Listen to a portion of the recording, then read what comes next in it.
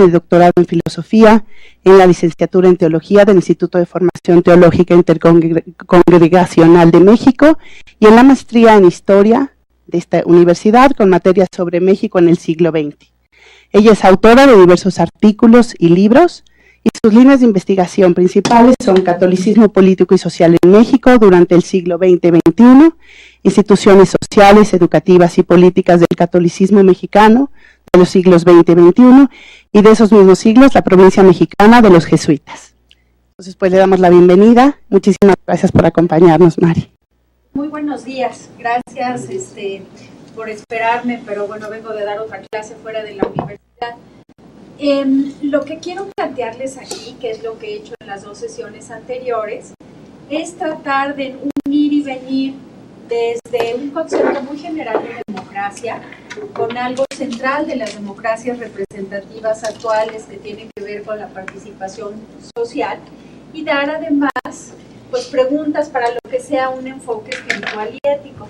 No se asusten con lo que leyó Meche de mí, que les voy a echar aquí un rollo católico, no va por ahí, es mi tema de investigación, soy creyente y sí he encontrado en la creencia religiosa un sentido de mi vida, pero sobre todo, y lo importante, y eso es lo que me interesa compartir, tiene que ver con cualquier espiritualidad, ¿no? O sea, cualquier visión de trascendencia, independientemente de que creas en un Dios o no en un Dios como tal, repercute en la acción social. Y eso es lo que quiero plantear. Voy a hablar partes que tienen que ver con el conocimiento académico específico, tratarlo de hacerlo más leve posible, no se trata de aquí de dar una clase académica. Y por otro lado, sí voy a hacer alusión a una encuesta que me tocó coordinar a nivel nacional, que es la encuesta Creer en México, que no pretendía analizar en qué creen los mexicanos, sino cómo viven sus creencias. Esto además lo hicimos con contrapesos de otras religiones y otras confesiones, y recientemente lo estoy haciendo en una encuesta todavía más grande para toda América Latina. Entonces, ¿cuál es la pregunta de fondo? Los creyentes en algo, los que tenemos una espiritualidad, ¿somos buenos ciudadanos o no?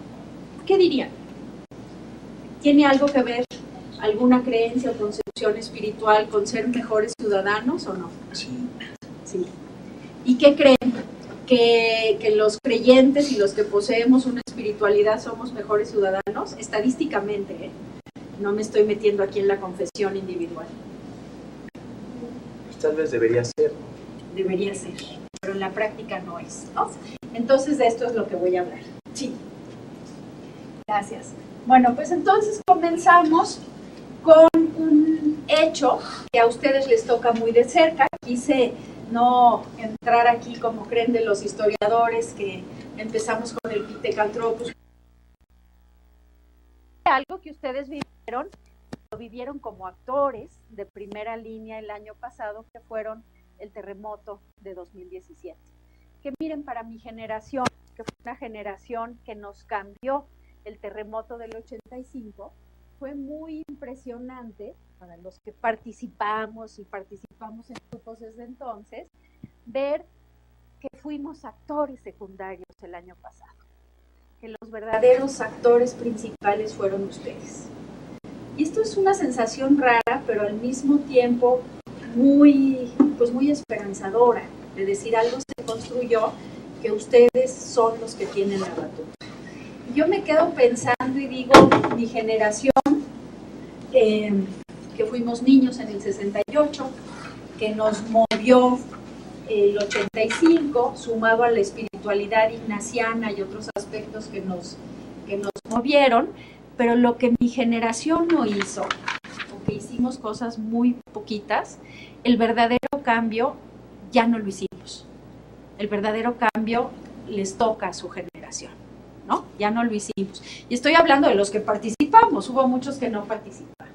Bueno, pues aquí nada más una serie de frases pensando en este tema de lo que significó para México estos terremotos. Toda mi interpretación de la realidad, incluso espiritual, está contextualizada por lo histórico.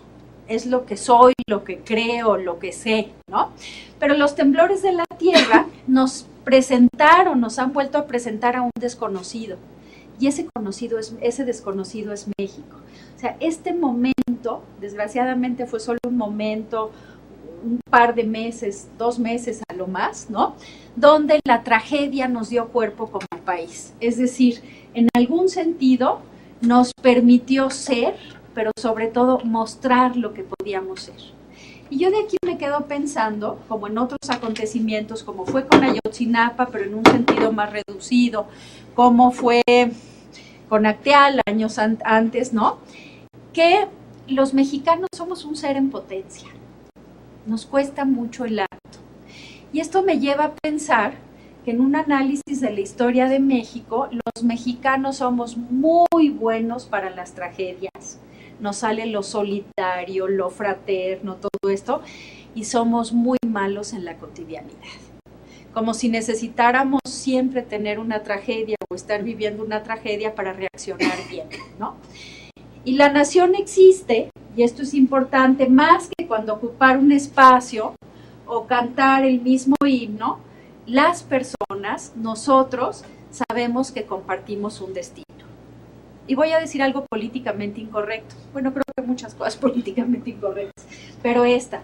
Y es que la famosa fraternidad de las repúblicas latinoamericanas es un gran mito, porque lo que nos une a los mexicanos con el resto de América Latina es el descontento por un pasado colonial común. México es un rancho aparte. Cuando uno va a los países latinoamericanos sí percibes esa fraternidad, pero México va por su ladito y los mexicanos vamos, podríamos decir, no viene al caso aquí, que es por Estados Unidos, que es por la guerra de reforma del siglo XIX, lo que quieran. Pero en fin, en este sentido, traigo esto al presente para plantearles, a ver cómo la ven, que lo que verdaderamente une es un proyecto en común. Y un proyecto en común que es un horizonte de expectativas, es hacia adelante. No es cierto lo que continuamente nos dicen los papás y los abuelos, la tradición, hijita. Lo que te une la tradición, lo que te une es un futuro, lo que te une es un proyecto de futuro, ¿no? Y esto se vio muy claramente en el terremoto del 17, como lo vivimos en el 85, que estabas con gentes distintas a ti, que eran distintos medios sociales, distintas regiones del país, los que por alguna circunstancia estaban en la capital, y que decías, hay algo que nos une. Queremos un México distinto y no el México que es, ¿no? Bueno, sí, gracias. Entonces, en este sentido, la nación, y habría que verlo así, sobre todo en vísperas de un proceso electoral, pues, vomitivo, perdonando el término, ¿no? Pero la nación es reconocimiento que la suerte de uno importa a todos y que los problemas que padecen a unos nos preocupan a todos. Entonces es pasar de esta concepción juridicista de la nación, ¿no? De territorio, lengua y cultura, y entrarle al decir el destino común, ¿no? Y esto es muy claro porque apareció, ustedes lo vivieron, no estoy hablando de cosas del pasado, ustedes lo vivieron, nosotros lo vivimos, cuando nos damos cuenta que la vida de unos depende directamente de la de nosotros. Bueno, entonces, sí, gracias. Esta última frase fue de Silva Gerso, pero el terremoto del 17, así como aquel del 85, nos confronta con esta realidad incuestionable que yo les decía al principio. Somos muy buenos en la tragedia y somos fatales en la cotidianidad, ¿no? Entonces aquí el reto será, tenemos por lo pronto, yo no creo que nuestro reto definitivo sea las próximas elecciones, sino pensar en las próximas generaciones, más que en las próximas elecciones. Pero tenemos un ensayito ahí. Y el primer reto es decir, cómo eso que vivieron ustedes el año pasado lo podemos vivir cotidianamente. ¿Por qué necesitamos una tragedia para actuar bien? ¿No? Bueno, pero lo más preocupante, y por eso yo a esto le doy como un carácter de inmediatez, de urgencia, es que en el 85, por la situación del contexto histórico, político, económico, podíamos decir, bueno, esto es lo que tenemos que trabajar los próximos 5, 10, 15 o 20 años. Pero el enorme problema es que ahora, con la crisis del Estado mexicano, con la crisis de representatividad de la democracia, con la crisis de los partidos, con la corrupción, con la falta de un Estado de Derecho, con la impunidad, con todos estos fenómenos, violencia, desigualdad, en fin, desconfianza en las instituciones, no tenemos ni 5, ni 10, ni 15 años para decir, bueno, pues ya me espero a los 20 y a ver qué hago entonces, ¿no? Entonces sí hay una situación de urgencia que rebasa con mucho los tiempos políticos partidistas. Siguiente, por favor. Bueno, entonces, intentando dar una explicación desde la historia, como les digo, es mi deformación profesional. Y yo encuentro decir, ¿por qué somos así? ¿Ustedes a qué atribuirían que somos así los mexicanos? Y que todo lo tenemos que hacer a partir del Estado. Les contaba la anécdota el otro día de una amiga mía, es como estas muy movidas, que en todo están y tiene como 50 consejos a los que pertenece, que fundó una organización ciudadana y me invitó a la inauguración y me dice, nos va a inaugurar el secretario de Gobernación. Y yo me quedaba pensando y digo, organización ciudadana, inaugura el secretario de Gobernación, como que algo no funciona, ¿no? Y es que creemos, históricamente lo tenemos introyectado así como un chip, que no se puede hacer nada si no depende del Estado. Déjenme que intente una explicación histórica de esto. Y es que en nuestros países latinoamericanos, que venimos de este pasado que no nos gusta, del pasado colonial y de haber sido parte del Imperio Español, toda la organización social depende del Estado. Llámese el rey, llámese el Estado mexicano priista, llámele como le quieran llamar. Y esto, los ciudadanos mexicanos, hemos interiorizado esa realidad que es jurídica, que es cultural, pero que es simbólica.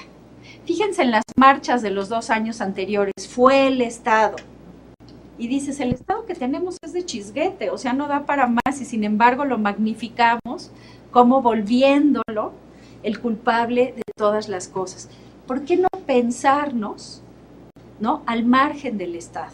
No estoy diciendo que desaparezca el Estado, ni creo que sería en estos momentos de crisis lo mejor, pero que haya un cauce ciudadano independientemente de esto, ¿no?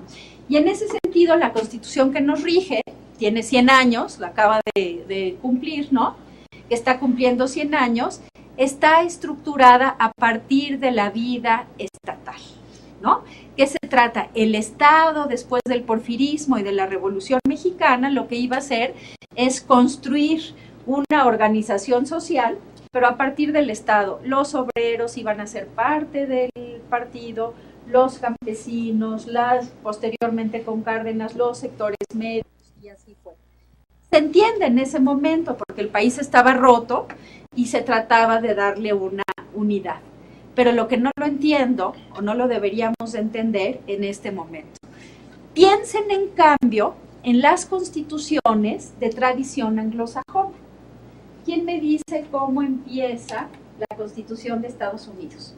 ¿Qué es lo primero que dice la Constitución de Estados Unidos? Algo de Dios, ¿no? No, eso después. We the people. Nosotros, el pueblo, exactamente, ¿no? Y en cambio, aunque no lo dice así, pero la Constitución de México podría decir como el Rey Sol, ¿verdad? El Estado soy yo el Estado. Y entonces aprendemos a vivir en esto, que si necesitamos recursos, pues es el Estado. Si los indígenas necesitan, pues ahí está el Estado. Y esto llegó a tal grado que la Constitución de 1917 le llamaba a los derechos garantías. Díganme ustedes, sin que tengan que ser abogados, ¿qué diferencia le encuentran semántica, conceptual, al decir garantías o decir derechos? La garantía es como una condición, ¿no? A partir sea, es como algo condicionado. Es algo condicionado y es condicionado. Es alguien más, hay una tercera persona que te lo tiene que garantizar de ahí.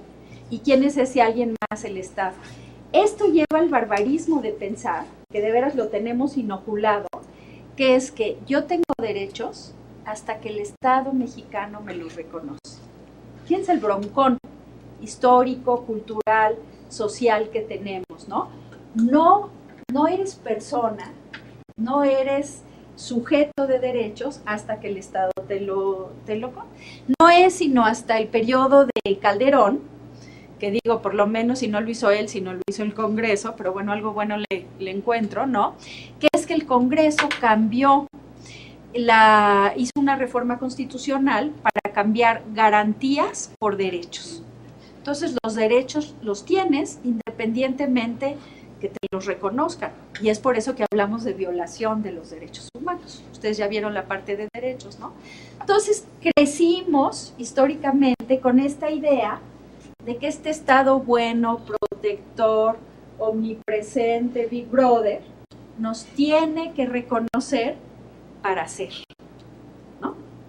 Y así funcionan sus papás, y así funcionaron sus abuelos, y así funcionan los libros de texto, y así funcionan muchos profesores de la Ibero, que como no se meten a estas nuevas corrientes y a estos nuevos conceptos, siguen diciendo garantías individuales.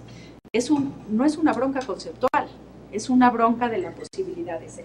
Bueno, entonces yo creo que en parte, en buena medida, esto tiene que ver con que vivamos esto de estar dependiendo del Estado para organizarnos, porque la persona jurídica principal es el Estado y no we the people. Tienen muchos problemas los gringos, un problema grandote, ¿no? Llamado Trump, también lo tenemos nosotros, ¿no? Pero lo que sí tienen es un sistema jurídico y un sistema constitucional que aunque venga desde el siglo XVIII, ¿no? Pero que funciona en este sentido. Siguiente. Bueno, entonces el ciudadano en esta ideología, pues es algo así como una burbuja en este enorme mar estatal, ¿no? Y por eso esta interminable serie de contradicciones con los derechos humanos, ¿no? Si aceptamos los derechos humanos, como ustedes ya vieron esto en una sesión anterior, pues tendremos que aceptar que la persona, el individuo, pero la persona es el origen de toda juridicidad, pero también el origen de toda organización social. Y esto te hace pensar que lo que venga depende en buena medida de cada uno de nosotros, ¿no? Y como les digo, mi generación ya se pasmó, ¿no? Y al rato vamos a estar, pues no sé, no sé dónde vamos a estar, pero bueno, sí estamos, pero es su generación la que tendrá que hacer. Bueno, entonces, dejemos esta parte de aquí el gobierno, entonces, lo que hizo fue marcar esta dependencia de los ciudadanos al Estado en el artículo 123 del trabajo, por ejemplo. Muy breve voy a decir esto. ¿Qué quiere decir esto? Que los movimientos obreros mexicanos, los movimientos sindicales, nacieron atados al Estado, porque tenían que estar por fuerza dependientes de la Confederación de Trabajadores de México, y si actuaban fuera de esta confederación eran reconocidos ilegales y enemigos del Estado. Entonces, a diferencia de otros países, aquí se vio como disolvente que hubiera movimiento libre de los obreros. Miren, un ejemplo de la Ibero. La Ibero es la única universidad privada que tiene un sindicato. No hay ninguna otra universidad en México privada que tenga un sindicato, ¿no? ¿Sí?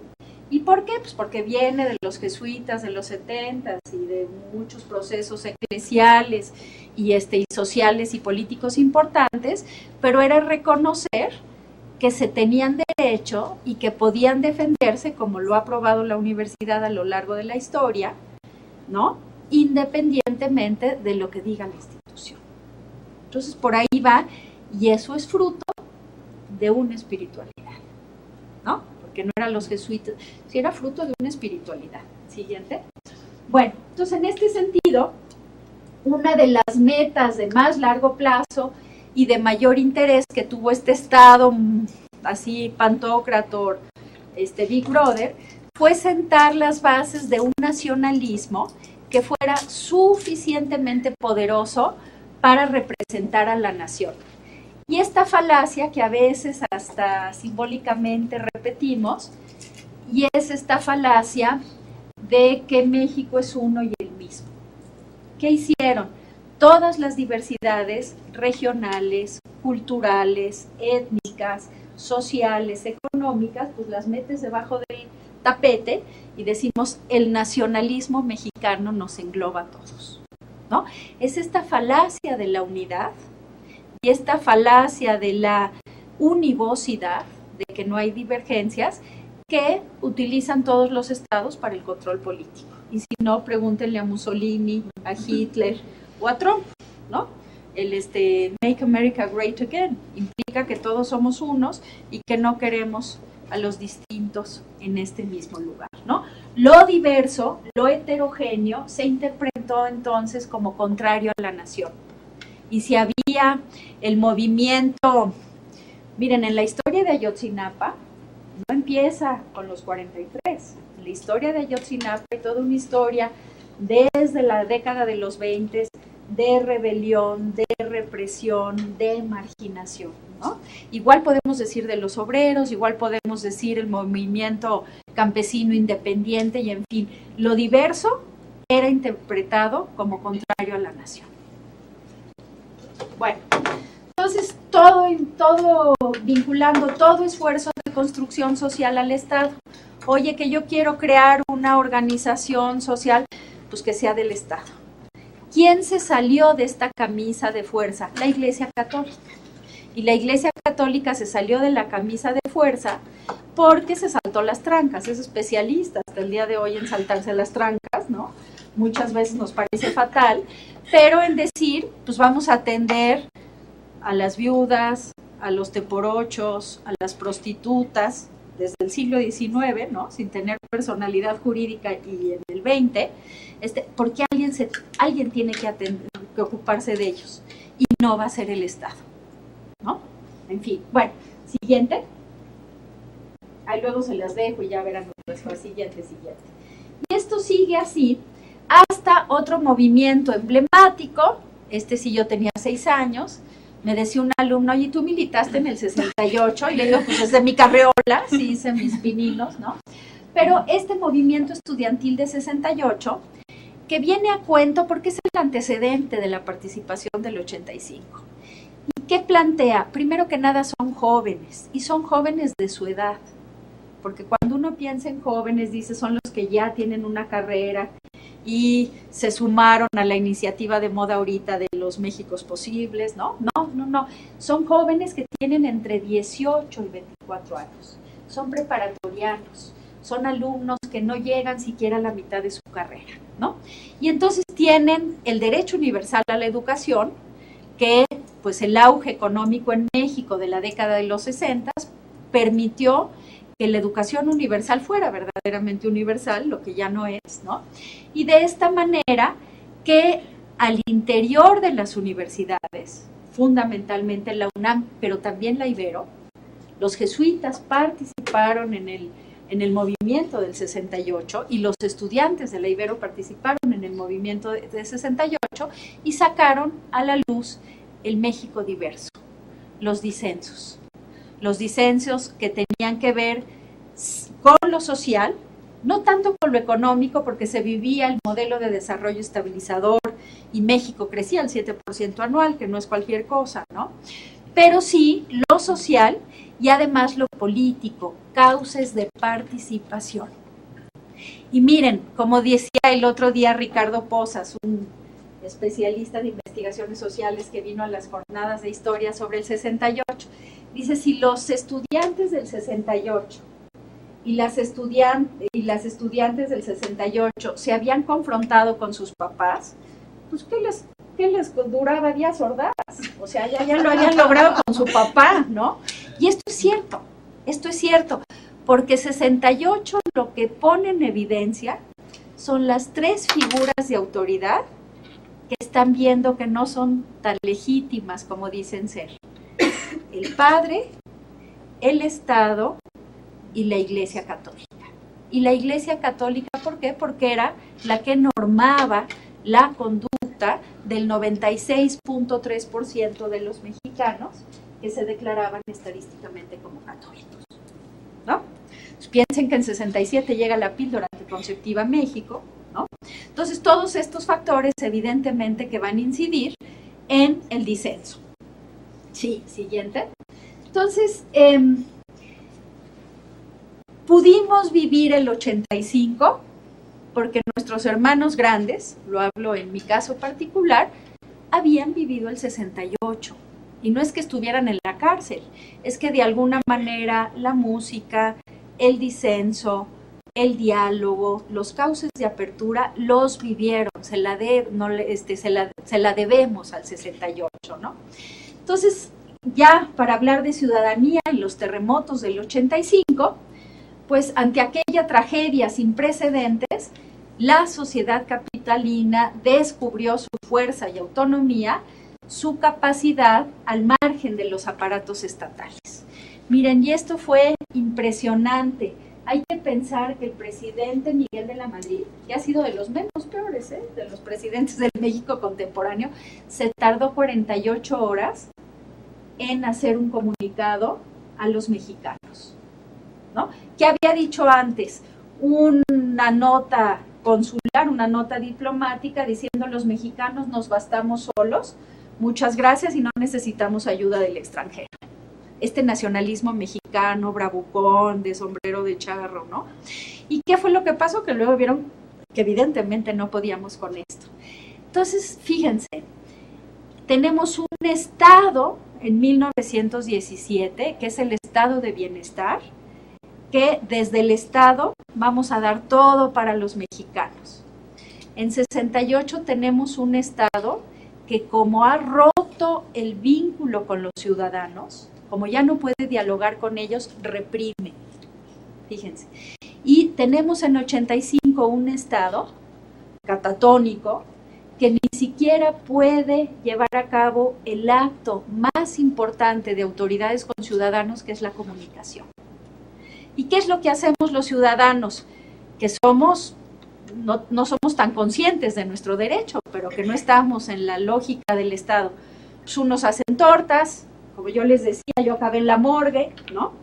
Me acuerdo que mi papá, después de 2 días de no ir a mi casa, y que oyó un comunicado en radio para trasladar cadáveres, y me dijo, pero qué rara, ¿por qué te fuiste a la morgue en lugar de hacer tortas? Y yo, o sea, donde te ponía, tú no elegías, donde eras necesario, y eso era muy bonito, ¿no? Entonces, ¿qué pasa? Que frente a la incapacidad del Estado, los ciudadanos tomamos las calles. Y fue lo que ustedes vivieron, solo que fue mucho más tiempo y fue más evidente, que no había barreras sociales, que no había barreras económicas, que no había barreras étnicas o de clase, y que estábamos literalmente hombro con hombro haciendo lo que nos tocaba hacer por aliviar un poquito el dolor de los otros. Y con la conciencia de ser privilegiado porque estabas vivo, porque no te había golpeado nada, ¿no? Y que tenías que ayudar. Entonces a mí sí me dicen, ¿cuál es el gran reto de México? ¿Cómo hacer de lo que somos en la tragedia una virtud cotidiana? Y virtud no me estoy poniendo en términos mochos, que es virtud una práctica positiva, ¿no? Repetida consistentemente. Eso es una virtud. Y un vicio exactamente lo mismo, pero en sentido contrario, ¿no? Entonces, una catástrofe de tal magnitud motivó a los ciudadanos a dirigir sus esfuerzos a esto. Y a partir de ahí, la ciudadanía se organizó. Si les interesa el tema, hay este libro importante de Rafael Reigadas, que además viene de las comunidades eclesiales de base católicas, ¿no? Que es como abriendo las veredas, ¿no? Abriendo veredas, y que militante después en la política de oposición, pero que tiene que ver con esto, que estudia las ONGs, las organizaciones no gubernamentales de distinto signo. Se organizó la comunidad judía en México, que tiene esfuerzos ciudadanos muy importantes, aunque siempre son más centrados desde los judíos, se organizaron distintos referentes de Iglesia Católica, igual gente nueva de los legionarios, resultó que no era tan nueva, ¿no? Pero como organizaciones más que venían de las comunidades eclesiales de base o de la teología de la liberación, o unas más en sentido asistencialista, otras iglesias cristianas, ¿no? Protestantes que participaron, y gente sin ninguna afiliación de ningún tipo que dijeron, vamos a entrarle a este rollo, ¿no? Entonces, el origen de la ciudadanía en México viene desde esta organización, ¿no? Bueno, y esto se vuelve exponencial con el levantamiento zapatista que nos tocó allá, ¿verdad? Trabajar juntas en eso. Que Meche dijo el otro día, hace 28 años me diste clase. Me entró la depresión terrible, ¿no? Pero bueno, estábamos juntas en Chiapas en esos años. Bueno, entonces, ¿de qué ciudadanía hablamos con todo esto? Miren, ahora me salgo de la historia y entramos un poquito a la ciencia política, ¿no? Nada más, 3 conceptos básicos como para entender esto. Estamos entendiendo la ciudadanía como una conjunción de 3 elementos que son claves. Primero, la posesión de ciertos derechos. Y la posesión de ciertos derechos que conlleva la contraparte, que son los deberes, ¿no? Estos están marcados en la Constitución, pero cuando hablamos de ciudadanía es que se ejercen, que están en acto, ¿no? Bueno, y también la pertenencia a una comunidad política determinada, normalmente el Estado, ¿no? Que se ha vinculado generalmente a la nacionalidad. Y el tercer elemento, la oportunidad, que este es en el que me quiero centrar, de contribuir a la vida pública de esa comunidad a través de la participación. Otro chip que nos tenemos que quitar, y es que la participación política se restringe a tener un cargo de elección popular, o que ya agarraste hueso en la delegación Álvaro Obregón, ¿no? O sea, la participación política hay que verla en el sentido original griego de polis, ¿no? De lo público, de participar en tu cuadra, en tu barrio, en una comunidad más amplia. Esa es la de la que estoy hablando, ¿no?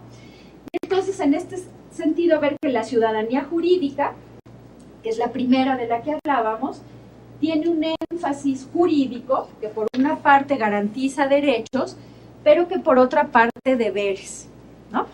Y esta primera acepción, nada más le explico un poquito más, porque tenemos que ver que resulta excluyente, porque ejercer derechos implica que tienes un contexto de posibilidad. Y no porque tengan su credencial del INE, Carlos Slim, Marichuy y un compañero que no estudie en esta universidad purépecha, quiere decir que tienen los mismos derechos, ¿no? ¿Por qué? Porque el ejercicio está mediado por las condiciones de pobreza, de exclusión, de marginación, incluso hasta las cuestiones de acceso a las comunicaciones, ¿no? Entonces eso hay que tenerlo presente. El segundo, la ciudadanía política, ¿no? Hay que pensar también que esta está mediada por el modelo económico. Es decir, sí está bonita la participación, pero esto está inserto en un modelo económico que condiciona, si no es que determina, ¿no? Para quitarnos esta ingenuidad de que nada más por tener derechos jurídicos ya la hiciste, o derechos políticos, ¿sí? Y en este sentido, ¿no? También hay que ver que nuestra participación política está condicionada por nuestra formación, por quiénes somos, ahí sí que de dónde venimos, si tienes una creencia religiosa o no, si tu familia es priista de tradición, ¿no? O de dónde viene, o si tu familia viene de la movilización social, en fin, todas estas cosas que evidentemente condicionan lo que es nuestra participación política. Y la ciudadanía hoy, en la que les digo que es la que me interesa centrarse, que tiene que ver con algo que es muy relevante para los sistemas democráticos contemporáneos, que es la participación en la vida pública, pero que frente a la crisis evidente de los partidos políticos y a la crisis de la democracia representativa, se vuelve crucial. ¿Cómo participamos? ¿No? Bueno, entonces, en este sentido hay que ver que la participación no es una obligación, es una posibilidad, es una oportunidad de los individuos frente a la vida pública. Hace un año y medio, unos de estos religiosos de distintas congregaciones a los que les doy clases, unos javerianos, me invitaron a ver si les podía dar una clase a ciudadanos de la Perla Neza, que además es una zona donde el narcomenudeo está cañón. Y les di como 10 sesiones ahí. Y yo cuando llegué, y dije que me pidieron un análisis de la realidad, y llegué y les dije, perdónenme, estaba un judicial sentadito, que además yo tenía la idea del judicial maldito, que lo único que hace es extorsionar a la gente, ¿no? Y luego estaba la señora de las quesadillas, había 2 prostitutas, o sea, y yo les dije, perdónenme, pero yo no les puedo hablar de la realidad, o sea, sería una verdadera mentada hablarles a ustedes de la realidad cuando ustedes sí la viven, la padecen, y yo vengo de mi universidad en coche a hablarles del análisis de la realidad. Y esta señora que tenía el puesto de quesadillas me dijo, tú haces lo tuyo y nosotros hacemos lo nuestro. Tú das lo que tienes, que es lo que sabes y lo que nos puedes dar, y nosotros después te decimos quiénes son y qué hacemos. Bueno, después de las 10 sesiones, que era una cada 15 días, un mes, me contó esta misma señora que le acababan de matar a su hijo con lo del narcomenudeo. Y yo decía, ¿cómo pueden ellos estar participando? ¿Cómo puedes estarte formando? ¿Cómo puedes trabajar en lo diverso frente a estas circunstancias, no? Y entonces ahí es cuando dice uno, las universidades funcionan para el cambio social, y aquí no se trata de echarle un guayabazo a nuestro rector, ¿no? Pero cuando van de la mano de la incidencia, ¿eh? Porque si no, pues puedes estar en tu torre de marfil o en tu torre de ladrillos, ¿no? Pero creyendo que tienes la respuesta sobre las cosas. Siguiente. Bueno, entonces, paso ahora al tema que me pidieron Aurora y Meche en un principio, que tiene que ver con la relación que todo este rollo tiene con cristianismo y ciudadanía en México. Y a ver, yo sé lo que causa hablar de religiones en México y más en su generación, como que es ahí, no, justo no. Estoy hablando de cristianismo en el mensaje de Jesús histórico y el evangelio que implica la realización del reino de Dios, que no es otra cosa que la justicia. No les estoy hablando de dogma, no les estoy hablando de moral sexual, no les estoy hablando de estas cosas.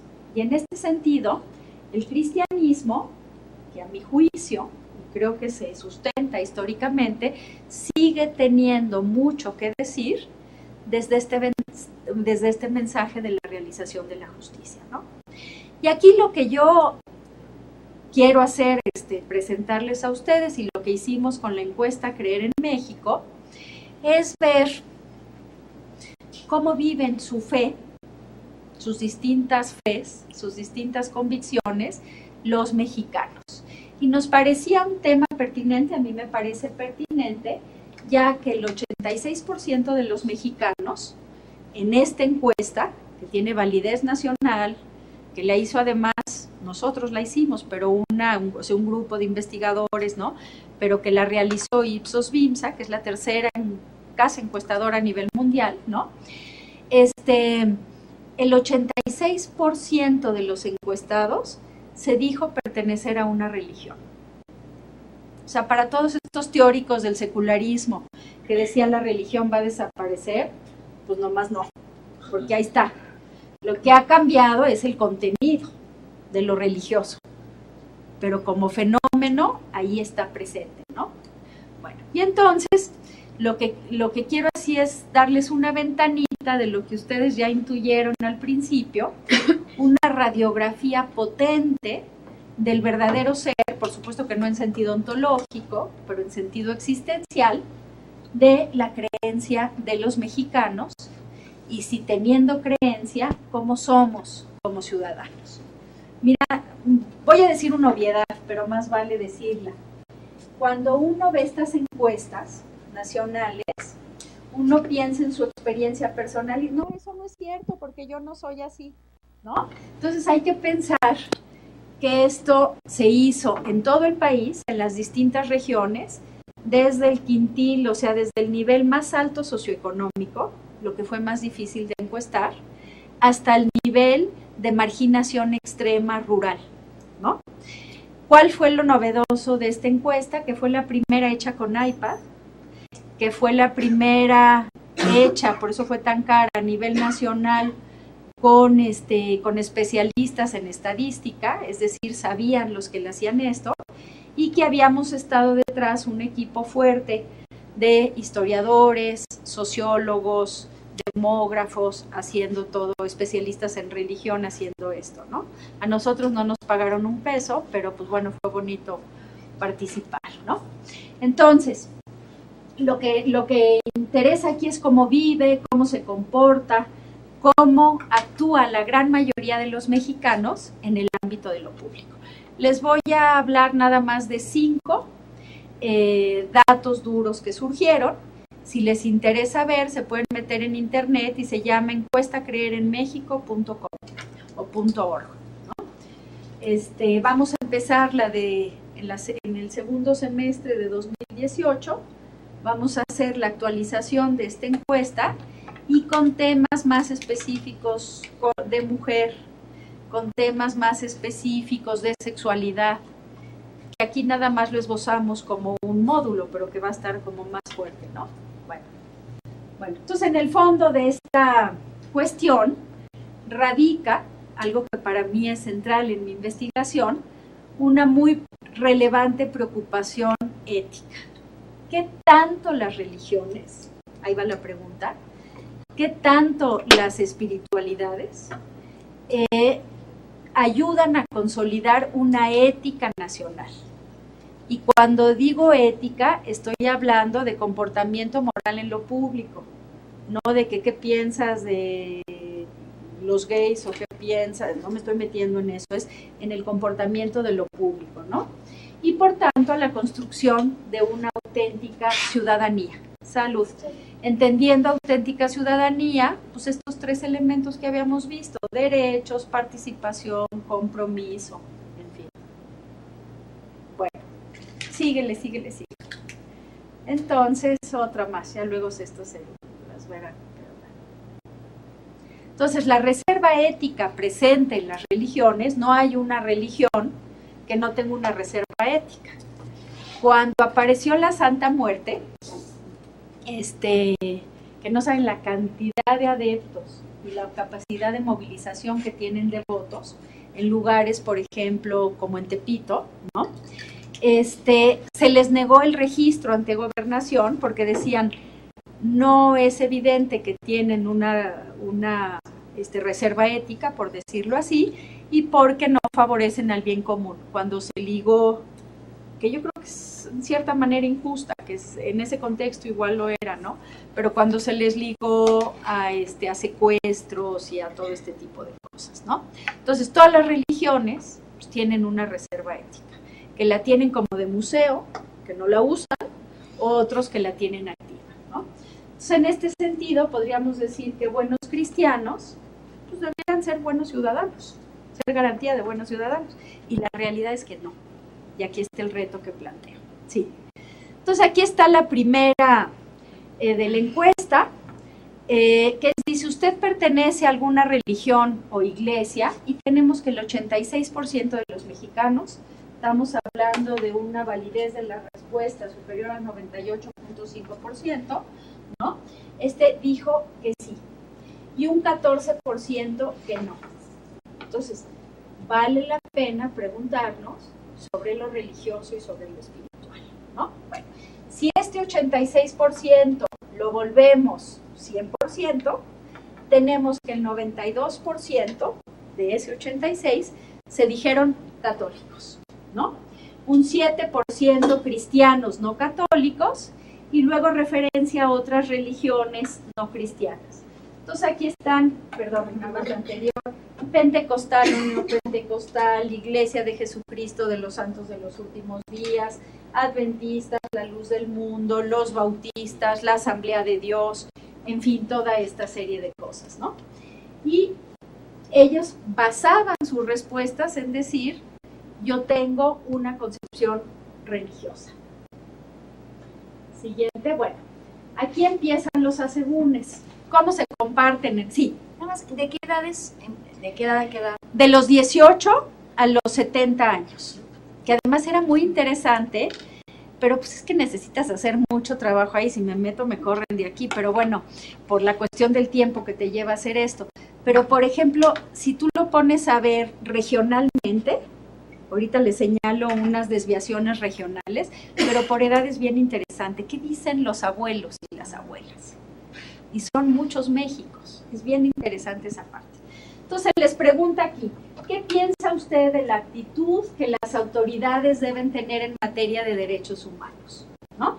Entonces, en este sentido, del 8 al 10, es que les parece muy bien, no saben o no tienen posición y están en contra. Y una buena noticia que nos ha cambiado la imagen, o sea, la realidad no ontológica, sino existencial de México en la última década, es la valoración de los derechos humanos. Lo que no es exactamente igual a cumplirlos, pero la valoración de los derechos humanos. Y el 67% de los encuestados, aquí pueden ver católicos, no católicos, en fin, ¿no? Dijeron que es importantísimo que el Estado respete los derechos humanos, ¿no? Que no los viole. Un 27%, que a Meche le trae muy preocupados los amarillos, ¿verdad? Los indefinidos, más de la cuarta parte de la población de México no tiene posición sobre si es importante que el Estado respete los derechos humanos o no. Y eso quiere decir que es un lastre para hacer cambios. Yo les pregunto siempre a alumnos y no alumnos de la Ibero, ¿vas a votar? ¿No? No, la verdad no. Y que es importante que por primera vez los jóvenes déjenme hacer un paréntesis, entre 18 y 26 años son el 21% del padrón. ¿Qué quiere decir? Se está calculando que el 35% de los mexicanos no van a votar. No van a votar porque creen en el determinismo politiquero, ¿no? Y entonces, ¿qué quiere decir? Que el voto de ustedes, en el sentido que ustedes hagan un análisis crítico, puede revertir las expectativas de las encuestas. Ahí se les dejo. 21% del padrón. Es impresionante, como nunca, ¿no? Pero por otro lado, cuando veo que alguien dice no voy a votar, entiendo la crisis, entiendo la generación, pero sí a este nivel, que no solo la ciudadanía está ahí, pero es importante. Segunda pregunta, ¿qué tan importante es para usted que el gobierno rinda cuentas? Fíjense cómo nos volvemos más mangancha. Para el 64% de los mexicanos sí es importante que el Estado rinda cuentas, pero para el 31% le da igual, no tiene una posición frente a esto. Y luego nos preguntamos por la impunidad, por la falta del Estado de Derecho, por la rendición de cuentas, 31%. Y tenemos un 5%, me imagino que es el gobierno de Peña Nieto, y muchos de los gobiernos no es cierto, no lo hicimos cuando, sí estaba Peña, pero estaba al principio del sexenio, ¿no? A los 2 años del sexenio, que dicen, no tiene por qué rendir cuentas los gobiernos, ¿no? Bueno, ¿qué piensa usted de pagar mordidas a funcionarios públicos? Solo el 56% de los mexicanos, un poquito más de la mitad, creen que es inadmisible pagar mordidas, pero tenemos un 35% que no tiene posición al respecto. y tenemos un 8% que considera que pagar mordidas pues es lo que debe ser. ¿Esto qué nos está diciendo? Que la mordida, como diría el filósofo Peña Nieto, ¿no? Es cultural. ¿Qué quiere decir esto? Que es una práctica tan introyectada socialmente que ya se ve como inamovible. Pero ya vemos que sí se puede cambiar, ¿no? ¿Qué tanto cree que se justifica dejar de pagar impuestos? Solo el 38% de los mexicanos cree que es importante pagar impuestos. Y tenemos casi la mitad de la población, el 47%, que no tiene posición. Pues da igual. Han de pensar, pues igual se lo roban para que pague impuestos, ¿no? Y tenemos un 13% también preocupante que dicen, por supuesto, que no hay que pagar impuestos. Pero esa última estaría muy ligada con la segunda. Exactamente. Porque si sí pongo dinero, voy Exijo. a querer que rindan cuentas. Exijo. Porque ahí está mi trabajo.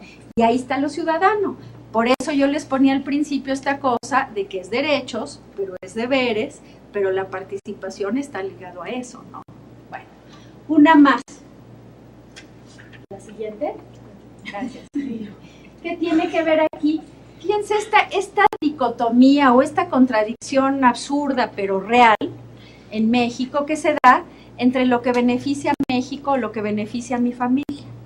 Y lo que fue impresionante es que cuando les decíamos, yo nada más fui a muy pocas entrevistas y nada más para ver el ejercicio, yo estaba atrás en la interpretación y en la preparación, ¿no? Pero cuando se les puso, no hubo alguien que dijera, ¿y por qué? ¿Por qué tiene que estar opuesto la familia y México? ¿No? No hubo nadie que dijera eso. Entonces, tú harías algo que beneficiara, ¿qué es más importante para ti, la familia o México? Y tenemos que 51% dijo que la familia, pero como en oposición a México. Un 39% no tiene posición al respecto. Y un 10% pensaba que era México en este sentido, ¿no? Más preocupante todavía, ¿usted hace cosas que lo beneficien aunque perjudique al país? Solo el 39% dijeron que no podrían hacer algo que lo beneficie. Odebrecht, la Casa Blanca, las mordidas, lo que se quieran, ¿no? Tirar, afectar un manto freático, lo que quieran, ¿no? Si afecta al país. 49%, la mitad de la población, no tiene posición al respecto. Y miren aquí las desviaciones de católicos y no católicos. ¿Qué quiere decir? Que el ser católico, el ser cristiano no está incidiendo en una postura de una ética de máximos, no en lo moral, que ya vimos que ahí sí, sino en lo moral en la vida pública, ¿no? Y luego, la última, ¿qué piensa usted acerca de lo que ocurre en el país? ¿En México podemos trabajar juntos? Y miren la respuesta. Solo el 16% de los mexicanos consideraron que en México podemos trabajar juntos. Entonces uno entiende, no sé, digo, no estoy de acuerdo, evidentemente, pero cómo hay esta tendencia de, por un lado, el neoconservadurismo ideológico, pero esta tendencia del miedo de decir, mira, los problemas de México son tan grandes que yo me ocupo de mi metro cuadrado. Y el ocuparte de tu metro cuadrado es dejarles a los otros la solución de los otros miles y millones de metros. O sea, aquí sí no hay neutralidad. Si no nos ocupamos nosotros, se ocupan los demás. Como esta frase bonita y cierta, ¿no? Ustedes lo saben bien, como en el amor los huecos se llenan, ¿verdad? Bueno, entonces 38% no tiene posición y 46% de los mexicanos, casi la mitad, tienen la certeza absoluta que los mexicanos no podemos trabajar en común. Porque es más lo que nos divide que lo que nos une. ¿Qué necesitamos? Mándanos otro terremoto. Es verdaderamente patológico esto, para que podamos trabajar juntos, ¿no? Bueno, siguiente. Esta está un poco desactualizada, pero por la fecha, esto es un ejercicio que terminó hace 4 años, la validez de estos ejercicios es más o menos con lo rápido que cambia la sociedad y la cultura, y en México pues tiene todavía validez de aquí al 2020-21, y luego por eso es que vamos a empezar otro ejercicio. Pero lo que sí les puedo asegurar es que si encuestamos ahorita, que se han hecho encuestas parciales, ¿no?, saldría peor. Entonces, primera cosa,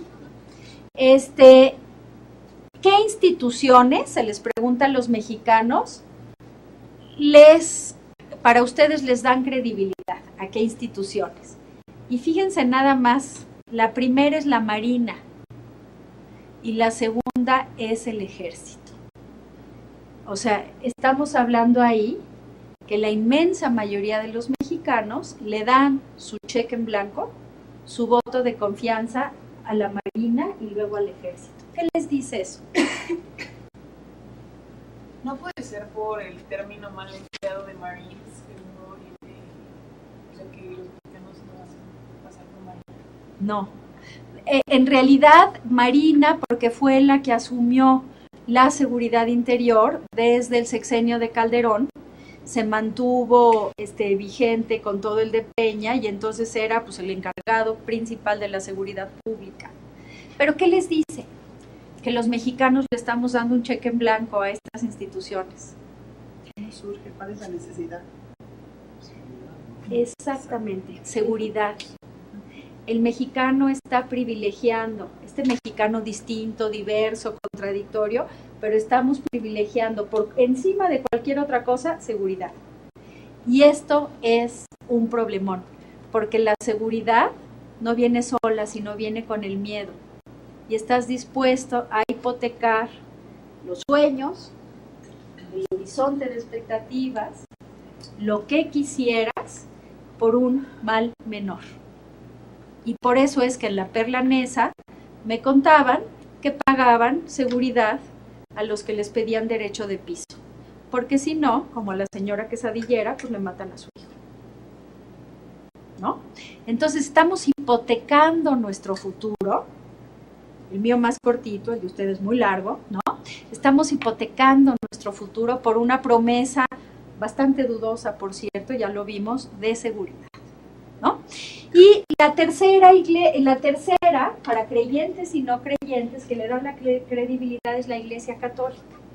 Y esto es interesante, porque la reserva moral del catolicismo, con todas las contradicciones, con los casos de pederastia, los escándalos que estaban en ese momento en su más alta expresión, la gente decía, si hay una tragedia natural, yo sé que si le doy el dinero a Cáritas, el dinero va a llegar a donde sea. Aunque me caiga mal el cardenal y aunque me parezca la jerarquía un horror, sé que el dinero va a llegar. Pero yo sé, si se lo doy a la Sedesol, tengo la absoluta certeza que el dinero no va a llegar, ¿no?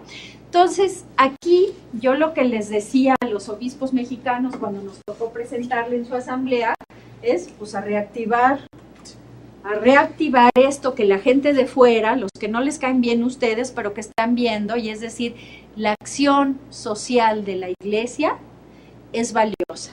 Sus rollos doctrinales, morales, no, pero la acción social sí. Y validan mucho eso, ¿no? Luego, ¿qué tenemos? Puro reprobado. Miren, el IFE, en este lapso ya hasta el nombre perdió. O sea, en el 2000, el IFE era la institución que tenía mayor credibilidad en México. Digo, yo voté por Fox pensando que Fox verdaderamente estaba para la Castañeda de demente, ¿no? Y de horror, pero era para que saliera el PRI. Pero el IFE era la institución que garantizaba la certeza, ¿no? ¿Y qué pasa? Vean lo que es el IFE ahora, vean por favor al presidente del IFE, que dices, con toda una tradición familiar de gente valiosísima, hijo de Arnaldo Córdoba, ¿sí? Y estás viendo que está viendo nomás defendiendo su hueso, ¿no? Su gran hueso, ¿no? Entonces es esto, miren, sindicatos, perdón. ¿La de qué años? Mira, esta la acabamos, la difundimos, la realizamos en 2014 y se difundió a final de año. O sea que estamos hablando de 4 años, 3 años y cacho, ¿no? La tuvimos que hacer en un mes. O sea, imagínense lo que es movilizar a nivel nacional para un mes. ¿Por qué? Porque si hubiera sucedido, como siempre sucede, un escándalo político, esto te tiñe de un color específico las respuestas. O sea, la Casa Blanca, cualquier escándalo, esto te da una muerte de un personaje relevante. Entonces hay que apurarse para que sea un lapso muy corto de tiempo. Esta encuesta la pagó Lorenzo Servitje, el fundador de Bimbo, que murió hace un año, y porque dijo, bueno, vamos a hacer una radiografía, no de qué creen, sino cómo viven la creencia los mexicanos, ¿no? Y fue eso. Miren, los policías, los senadores de la República, digo que los diputados federales están aquí porque no había más renglones, ¿no? Si no estarían allá. Pero bueno, ¿qué nos está diciendo esto? Otra de las enseñanzas. No, nuestra democracia joven, que fue la gran esperanza del 2000, y que ya vimos que es endeble, que es precaria, ¿no? Que está como infiltrada por la corrupción, por la impunidad y todo esto, no tiene instituciones sólidas. Y en este sentido, yo creo que sí es una apreciación personalísima. Con todo el horror del Estado mexicano, mientras no tengamos algo que sustituya al Estado mexicano, hay que apostarle al fortalecimiento de instituciones. Porque lo contrario es la anarquía y el caos, y ya tenemos bastante de esto. Y se ha probado de sobra en la historia la tentación autoritaria de nuestros estados, ¿no? Además de la corrupción, la tentación autoritaria. Entonces, instituciones débiles, un cheque en blanco que no tiene que ver con el honor, sino tiene que ver con el miedo, con la búsqueda de seguridad, y una institución llena de contradicciones, pero que ahí yo veo una luz de esperanza, y es que lo que ven desde afuera que es valioso de la iglesia tiene que ver con lo social, ¿no? Con las repercusiones sociales de la fe, que esto tiene que ver con trabajar en migración, trabajar en los temas de trata, trabajar con los pobres, con los marginados, con los indígenas, en fin, todo este rollo. Bueno, y esta, que para mí es central en la encuesta, y es que se les pregunta a los mexicanos, población abierta, todos, si en este momento de su vida participan de alguna iniciativa social. Iniciativa social puede ser que en tu cuadra tú hables y digas hay una fuga de agua, ¿no? Puede ser que participes en la escuela de tus hijos, ¿no? Que participes en tu iglesia, la que sea, ¿no? Y ahí está el caso, aquí estamos poniendo además de los católicos. Y fíjense que el 5% de los mexicanos, el 5% de los mexicanos sí contestaron afirmativamente que en este momento de su vida se ocupan de alguna iniciativa social. ¿Qué quiere decir esto? Que el 94% de los mexicanos no están involucrados en nada social. Creo que su mayor participación social es en Facebook, ¿no? Con alguna mentada al que no les cae bien, ¿no? Y aquí hay un 1% glorioso que le preguntaron y dijo, yo no sé. Bueno, vean estadísticamente un 1% es muchísimo, ¿no? Que yo no sé si estoy participando en una iniciativa.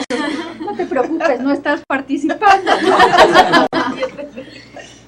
Ahora, ¿qué quiere decir esto en términos de espiritualidad? Porque es exactamente el mismo porcentaje para los que dijeron que tienen una creencia o espiritualidad cristiana.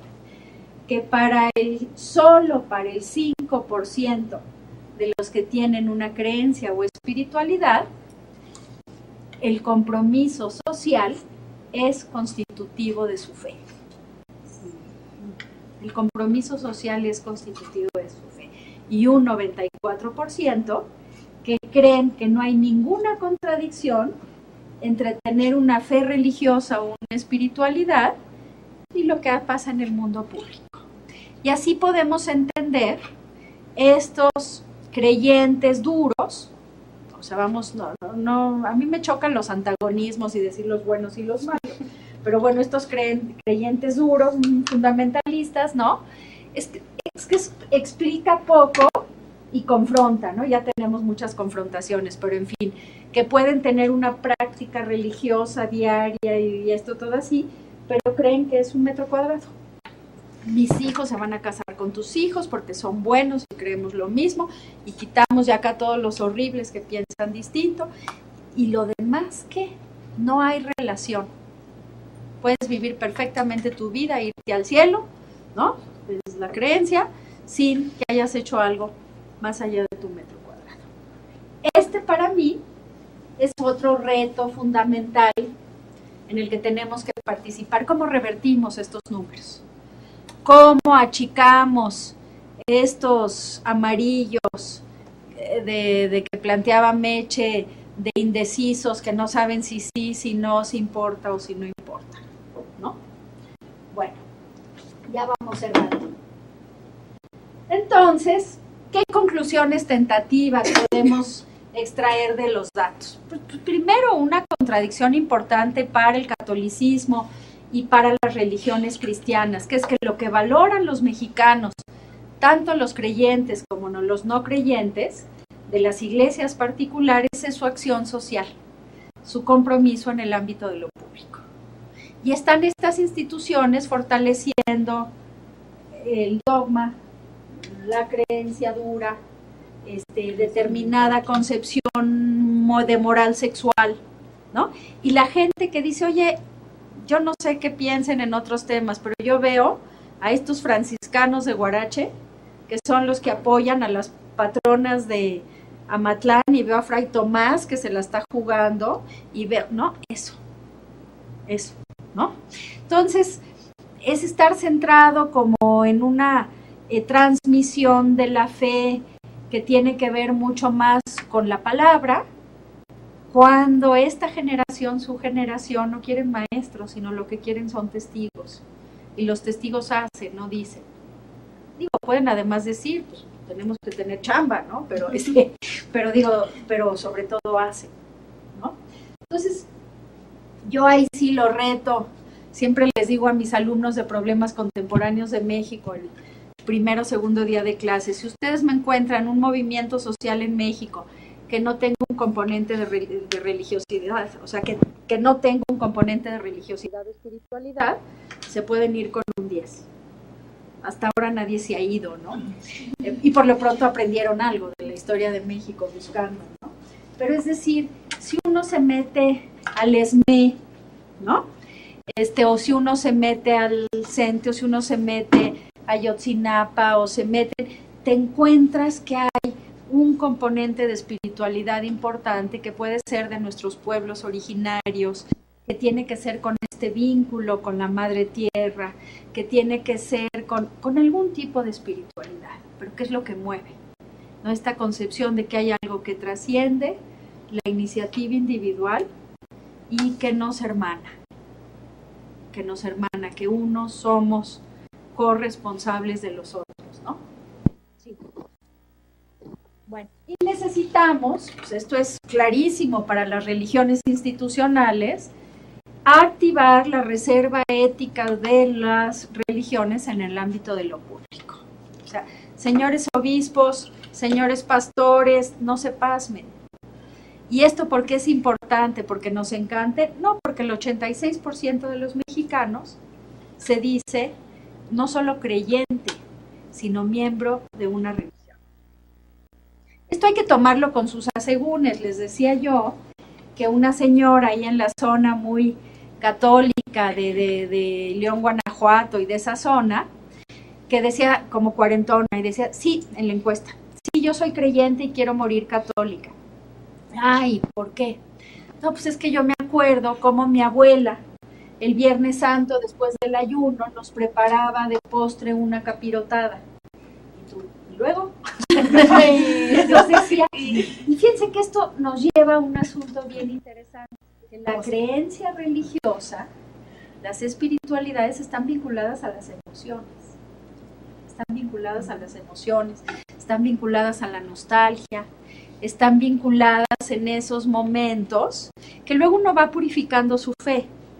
Pero yo en 2 momentos así tremendos de mi vida, hubo 2 jesuitas, ¿no?, que verdaderamente, literalmente me sacaron adelante, ¿no? Y entonces yo entré en estas cosas como de culto fundamentalista, de decir al cielo o al infierno, pero con los jesuitas, ¿no? Luego ya los aprendes a ver y dices, Nel, tampoco. Tampoco. O sea, primero ves a través de ellos, luego ves a donde ellos ven, y luego muchas veces ves a donde ellos no ven, ¿verdad? Pero bueno, pero lo importante es que uno va purificando estas cosas. ¿Pero a qué me refiero con eso? La parte emotiva de decir, literalmente me salvaron la vida en 2 momentos de mi vida. Y entonces tú dices lo que quieran, ¿no? Y esto es, yo les contaba del padre Greeley, un sociólogo de la religión maravilloso, que murió hace unos años, que se metió en unas broncas con el Vaticano tremendas por los estudios que hacía, y él fue pionero en ligar lo religioso con las emociones. Entonces encuestaba en Estados Unidos, por ejemplo, la cuestión de las emociones con la honestidad en presbiterianos, evangélicos.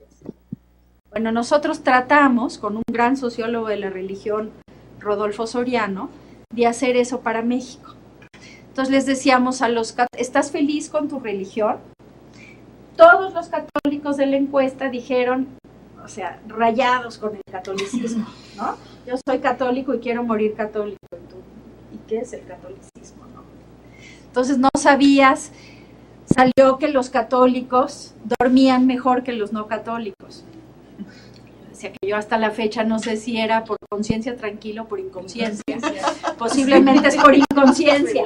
Pero bueno, nada más se los digo, porque en lo que ustedes hagan y en Chalco y cuando vayan ejercicios y ya se queden atados al cielo o al infierno con los jesuitas, ¿no? Verán el peso para analizar y para discernir la propia vida de las emociones. No en balde Ignacio de Loyola nos habla en los ejercicios de las emociones. ¿Qué tiene que ver esto con la afectividad? ¿No? ¿Cómo respondo frente a esto? Y para no hacerte menso con eso, sino decir, bueno, ¿no? Por eso es que dice Ignacio de Loyola, en tiempos de desolación no hacer mudanza, ¿no? O sea, si tú estás en esos momentos, le prometes, es como decir, tú no prometas frente a uno que está en el hospital muriéndose, ¿no? Porque le vas a prometer fidelidad eterna, o sea, en él, ¿no? Entonces, esto es importante, pero también para con las gentes con las que ustedes convivan. Los movimientos sociales, las luchas, si han hablado con los padres de Ayotzinapa, pues todo esto está cruzado por la emotividad y por los sentimientos. Eso somos, ¿no? Bueno, siguiente. Gracias. Entonces, en este sentido, otras de las conclusiones que podemos sacar de todo este rollo es que, no, la siguiente, sí, que necesitamos un piso común. Miren, y el piso común, y esto sí es clarísimo, es el diálogo. Suena una obviedad, todo el mundo habla de diálogo, pero el diálogo es la precondición de la construcción de ciudadanía. Y el diálogo tiene una condición fundamental que es horizontal. El diálogo es lo auténticamente democrático. No puede haber diálogo entre los desiguales, ¿no? Entonces, si mi jefe, el director de la División de Humanidades y Comunicación, hice algo mal y me habla y me dice, Mari, ¿vamos a dialogar? No, no vamos a dialogar. Me va a regañar, ¿no? Entonces, el diálogo presupone la igualdad. Y además presupone algo que es fundamental, presupone la diferencia. Tú no dialogas con los iguales, tú te echas chorcha, ¿no?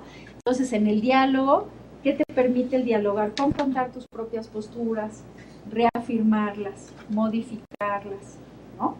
Entonces, sí creo que es algo que está al alcance de la mano de nosotros y que ejercemos todo el tiempo, ¿no? El diálogo es la precondición de la constitución de ciudadanía. Y en esta precondición queda muy claro que hay que renunciar a algo para el beneficio de todos. O sea, esto de un diálogo que dices, yo voy a ganar el diálogo, pues es que perdimos. No se trata, no opera esto de ganar o perder, ¿no? En fin, es horizontalidad, respeto, como dice de nuevo en los ejercicios, salvar la proposición del otro, ¿no? Es un fin en sí mismo, el diálogo ya es un producto, pero también es un medio, es gerundio. Dialogamos dialogando, ¿no? Y esto nos permite conjugar el nosotros sobre algo que nos compete a ambos. Lo que de nuevo sabemos muy bien cuando estamos juntos construyendo una barda de adobe en Morelos después de los sismos del año pasado. Que solo sabes que se llama Juan, que yo me llamo Mari, ¿no? Y que no sabes nada más, pero que estás por lo mismo. Bueno, entonces ponernos de acuerdo sobre lo que entendemos de cristianismo, esto más son mis obsesiones de investigación, pero lo que me queda claro es que mi concepción de cristianismo no es la misma que la tuya, que la tuya. Entonces, tener muy claro que para poder dialogar y no encontrar estas barreras es, pues vamos a partir del mensaje de Jesús de la construcción del reino, y el reino es la justicia, es la construcción de la justicia, ¿no? Y de otra manera, cuidado, porque podemos entrar en la incomunicación. Yo citaba, que le he hecho una propaganda bárbara a esta novela, se les recomiendo, es un hitazo en Europa. Mis amigos teólogos la odiaron. Yo, como no soy teóloga, la gocé enormemente. De Manuel Carrer, que se llama El Reino. Él es un intelectual que además tiene obras de teatro, un francés interesantísimo, de una familia de intelectuales, que experimenta una conversión. Pero él dice, mi conversión no fue como la de Saulo, que se cayó del caballo, ¿no? Es más bien como de luz de bengala, o sea, es una conversioncita ahí, ¿no? Y él lo que plantea en el libro es que la teología cristiana narra su conversión, ¿no? Y dices que la teología cristiana es un disparate. ¿Qué es eso del inabarcable, omnipresente, ¿no? Que se encierra en el pedacito de la hostia? ¿Qué es esto de 3 personas en un solo Dios? ¿Qué es esto del todopoderoso, ¿no? El omnipotente que muere en la cruz, clavado en la cruz? Entonces, frente a esto, él se pregunta, y lo que me interesa platicar con ustedes es la respuesta, cómo este disparate del cristianismo se ha mantenido vigente 21 siglos. Dice, hay algo que hace que este mensaje sea vigente. Y su respuesta dice, porque el mundo como está, no puede ser designio de Dios. O sea, el mundo como está no puede ser designio de Dios. Quítenle Dios y pónganle una ética y una espiritualidad. Yo no le quito a Dios, porque si no, no me entienden, ¿no? Pero quítenle Dios y pónganle una espiritualidad o una cosa. Porque el mundo como está no es ético ni es debido. Y no va a venir Dios a resolver el asunto, sino que el asunto se tiene que resolver con nuestras manos. O sea, a mí me movió muchísimo la novela. Si tienen un amigo teólogo, no se la pasen. Dice, no, me dicen, no, pero en la parte de los sinópticos, digo, ni sé ni me importa, a mí me encantó, ¿no? Pero entonces es esto, hay que cambiar el mundo. Porque es un mundo que así no debe ser, ¿no? Entonces, en este sentido, si nos salimos de esta identidad fundamental en la que creemos, que es el reino de la justicia, pues empezamos con las broncas, ¿no? Porque si decimos, ¿cuáles son los 3 componentes de una religión? Moral, dogma y culto. Pero ¿saben qué? Esos 3 elementos los podemos decir del PRI y de la CTM, ¿eh? Tiene una moral, tiene un dogma y tiene un culto. O lo podemos decir de las religiones o de las expresiones fundamentalistas del catolicismo, ¿no? Entonces vámonos a lo central del mensaje para no tener que falsificar a Dios, ¿no? La religiosidad impacta y cohesiona, lo sabemos, ahí están 80 y tantos %, pero esa cohesión puede servir para destruir o para construir. Y en ese sentido lo estamos viendo con los yihadistas, o lo estamos viendo con los fundamentalistas de Trump, o lo estamos viendo con tantos fundamentalistas aquí. ¿no? Entonces, ¿cómo reactivamos toda esa reserva maravillosa de las religiones, de las espiritualidades, para hacer que este mundo sea un lugar vivible, pero no nada más para mí? Será vivible si lo es para todos, ¿no?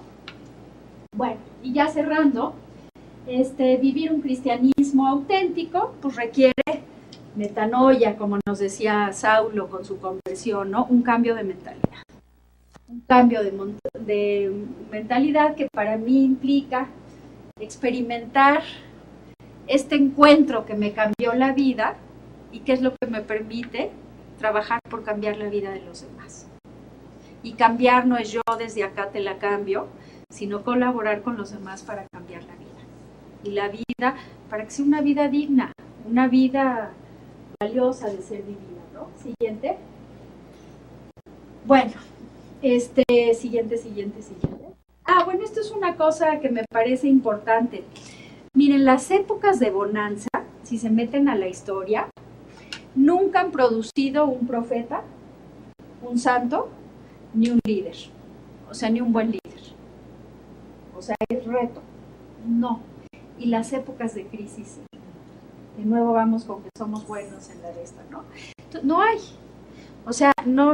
O sea, en la era Trump no va a salir ni un santo ni un profeta, se los juro, ¿no? Entonces, puede salir en el anti-Trump, pero desde ahí ¿no? Entonces, en ese sentido es ver que cuando a las instituciones les va bien, cuando estamos en el auge del neoliberalismo, pues en realidad a la gente le va a ir mal, porque eso no produce nada humano, produce otras cosas, bienes de consumo no perecederos, pero no produce nada humano. Síguele. ¿Hacia dónde caminar? Bueno, pues lo primero son así como unas conclusiones tentativas para abrir el diálogo hacia una ciudadanización de raíz. ¿Qué implica esto? Quitar el chip del pasado y pensar nuestra acción fuera del Estado. No esperemos a ver quién gana en las próximas elecciones. Yo sí creo que ustedes podrían activar su 21%, la verdad, para lo que quieran, para fortalecer todavía más al PG o para ir. Yo la verdad le daría mi voto a Marichu y a ninguno más, pero que no lo va a tener, ¿no? Pero lo que quieran. Pero en este sentido, una ciudadanía de raíz que implique, vamos a entrarle fuera del Estado, no en contra ni destrozar el Estado. Vamos, la póliza es nuestra, ¿no? Priorizar no los discursos, no estas identidades duras, ¿no? Orales, sino las experiencias compartidas. Regreso a lo que decía cuando estábamos hablando de lo histórico. Lo que te une es el proyecto en común, el horizonte de expectativas que compartimos, no los pasados y las tradiciones y la capirotada. ¿No? Tú eres historiadora. Sí, o sea, es que ahí se ve. Ajá. Mira, yo difiero mucho de los historiadores, algunos tradicionalistas, porque yo digo que lo mejor de conocer la historia, que además me apasiona, es separarte de ella y dejarte ir. La historia tiene que ser un trampolín, no un lastre. La historia te permite ver lo que puedes construir ahí. O sea, si no, ¿para qué? Es como parte de la vida misma, ¿no? O sea, yo puedo mirar mi vida, mi historia, pero no me anclo a ella. No te anclas. Tengo que liberarme de muchas cosas para poder brincar y salir más allá. Pero si no la conoces, necesariamente regresas. Nunca vuelves al pasado porque el tiempo es distinto, ¿no? Pero quedas anclado en estas mismas cosas, ¿no? Y luego ya a nuestras tiernas edades, la realidad es que siempre te tropiezas con la misma piedra. Ya no hay otras piedras. O sea, yo sé que a la altura de mi, no sé, de mi menú de pecados no va a salir que soy ladrona. O sea, creo que van a salir los mismos de siempre. Ya no hay inventiva en ese sentido, ¿no? Bueno, entonces cooperar permite asombrarse de la naturalidad de los entendimientos. Estoy segura que ustedes han experimentado eso. El día que fueron a Chalco, estoy seguro de eso, de que dices, qué bruto, qué fácil fue entendernos. Y tienes todos estos prejuicios, preconcepciones antes de llegar a la realidad y de entrarle, ¿no? ¿Qué es esto? Sí. ¿No? dolerse del dolor de los otros. Y dolerse de los otros, el dolor junto con la indignación es el motor de cambio, a mí me parece, ¿no? No el dolor que te quedes azotada de, chin, con estos males del mundo yo no puedo hacer nada. Mejor me encierro en mi metro cuadrado, sino decir un detonador, ¿no? Un detonador de cambio. Y privilegiar la experiencia. Es desde la experiencia, no desde los rollos. Por eso me gusta mucho esta cosa que se plantea en la Ibero. Sí, no es que no tenga sentido lo intelectual y lo académico, pero es decir, eso tiene sentido siempre y cuando puede ir y venir a la realidad. Si no, ¿para qué? ¿No? Sí. Ejercitarse y formar en el diálogo, ensayar la cooperación más allá de la propia identidad. Esto a ustedes les cuesta mucho menos trabajo que a nuestras generaciones. Híjoles, los entendimientos con lo distinto. Y luego te pasa cuando tus hijos queridos son distintos. Y tú, ay, no hay nada peor que cuando me dice, ¿no? Que llega un niño y dice, oye, quiero hablar contigo. Y tú, ¿qué me irá a decir? ¡Qué miedo!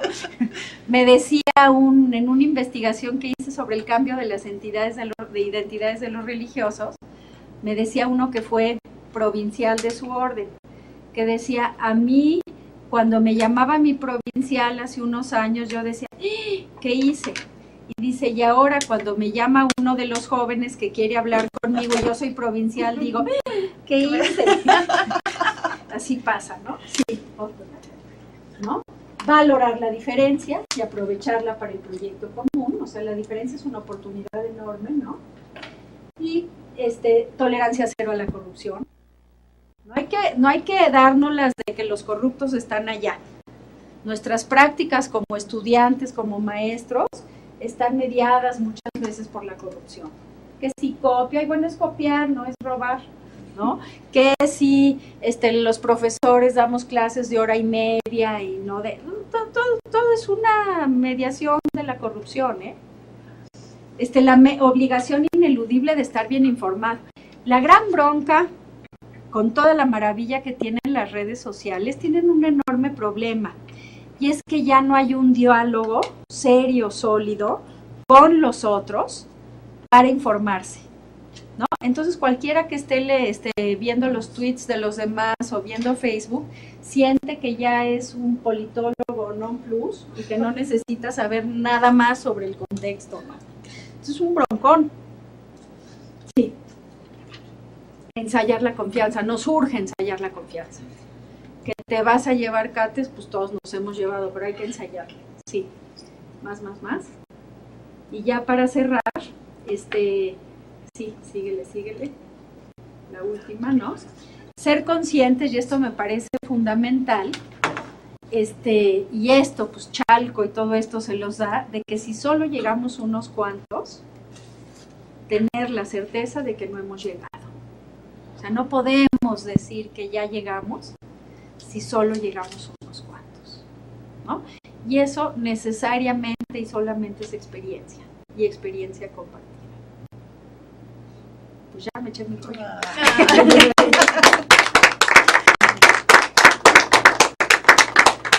Saliendo hoy de la Ibero me voy a una semana de ejercicios de San Ignacio, que yo digo que voy a tener el síndrome de la abstinencia los primeros días, porque he traído un ritmo de horror, que digo, me van a tener que amarrar para, digo, qué horror, hacer silencio. O sea, no procesar todo lo vivido en el silencio, sino, pues, ¿cómo? ¿No? Pero, en fin. Pues, bueno, Mari, no sé, cómo andamos de tiempo, ya acabó. Tiempo, sí, justo. Preguntas, comentarios, objeciones, mentadas, ¿no? Puse el micrófono porque Ya me puse nervioso. ¿Por qué? Yo tenía una. te dije que estaban grabando. O sea, viendo todo lo que nos expusiste, tú dirías, porque, bueno, he escuchado varios profesores que lo afirman, que los mexicanos somos de doble moral. A ver, yo creo que es una muy buena pregunta, pero que es una pregunta capciosa, porque decir que somos de doble moral es asumir como que hay algo ontológico, ¿no? Como que en el DNA del mexicano ya nació ya salió con la hipocresía. Y el problema de plantear esto es que te desresponsabiliza. Pues es que así somos, tenemos doble moral. Yo creo que nuestra historia, pero además la historia oficial y las instituciones centrales que han acompañado a este país, a donde meto también la Iglesia Católica, pero donde meto por supuesto el Estado y las instituciones de educación, nos han hecho actuar en un terreno de la doble moral. Yo hago como que trabajo y ellos hacen como que me pagan, ¿no? Lo vemos con los sindicatos, lo vemos en todo este mundo. Entonces yo creo que en realidad es esta construcción institucional en la que hemos estado inmersos, la que sí se vive como doble moral. Mi principal bronca con eso es que pues ya, así somos. Como los que dicen, pues ¿para qué voto? Si ya el que va a ganar, ¿no? Pero si lo ves desde el punto de vista estadístico, sí somos de doble moral. Está atrás de ti. Algo que les preguntaron. Sí, pero es que no lo encuentro, lo había apuntado, alguien más quiere preguntar algo. ¿Pero de qué era? Era de el dato que habías puesto de las mordidas, que como el 56% está en contra de las mordidas, pero o sea, lo que estaría interesante de ese 56% que está en contra, ¿cuántas realmente, o sea, cuántas dan mordidas? Exacto. Sabiendo que está mal y que no se debe de hacer. Mira, esto tú tocas un punto central de las encuestas. Las percepciones para fines estadísticos son realidades, pero no son realidades. Entonces, ¿qué pasa? Tú siempre tienes que tomar como un margen, y esto lo saben los que hacen estadística, no yo, pero toman un margen, por eso va el más menos de la eficacia, de los que quieren dar una buena cara, ¿no? Entonces, decir, está fatal la mordida, pues como yo les digo, en la práctica yo creo que incurrimos en algunas prácticas, cotidianamente incurrimos en alguna práctica de corrupción, que no la vivimos como corrupción. Entonces, eso no lo puedes saber, porque te tendrías que meter a la interioridad de las personas para saberlo. Pero hay elementos que te hacen pensar que el discurso público ha ganado terreno, por ejemplo, sí los derechos humanos, no a la corrupción, pero que la práctica, si lo cruzas, por ejemplo, con participación, te das cuenta que ahí tienes una bronca. Y va atado también a la doble moral, ¿no? Exacto. Que saben perfectamente lo que deben de hacer y hacen todo lo contrario. Exacto. Pero yo creo que eso lo tenemos porque estamos configurados institucionalmente para eso. La familia, ¿no? Cosas tan elementales como decir, dile que no estoy. O sea, como niño tú creces en eso, ¿no? Ay, no, es de flojera, dile que me enfermé, ¿no? O sea, estamos configurados por eso. Las iglesias, el Estado, las escuelas. Miren, en el caso de la encuesta cuando salió el tema de las escuelas y de las universidades católicas y de inspiración cristiana, preguntaban, ¿tú participaste en una escuela de católico? No lo sé. Y dices, que te hubieran dado algo como para que te dieras cuenta que sí, ¿no? Para bien o para mal. Entonces decir, ¿dónde estamos impactando? La realidad es que somos una desgracia como ciudadanos. ¿No? Pero pues hay que entrarle. ¿Alguna otra?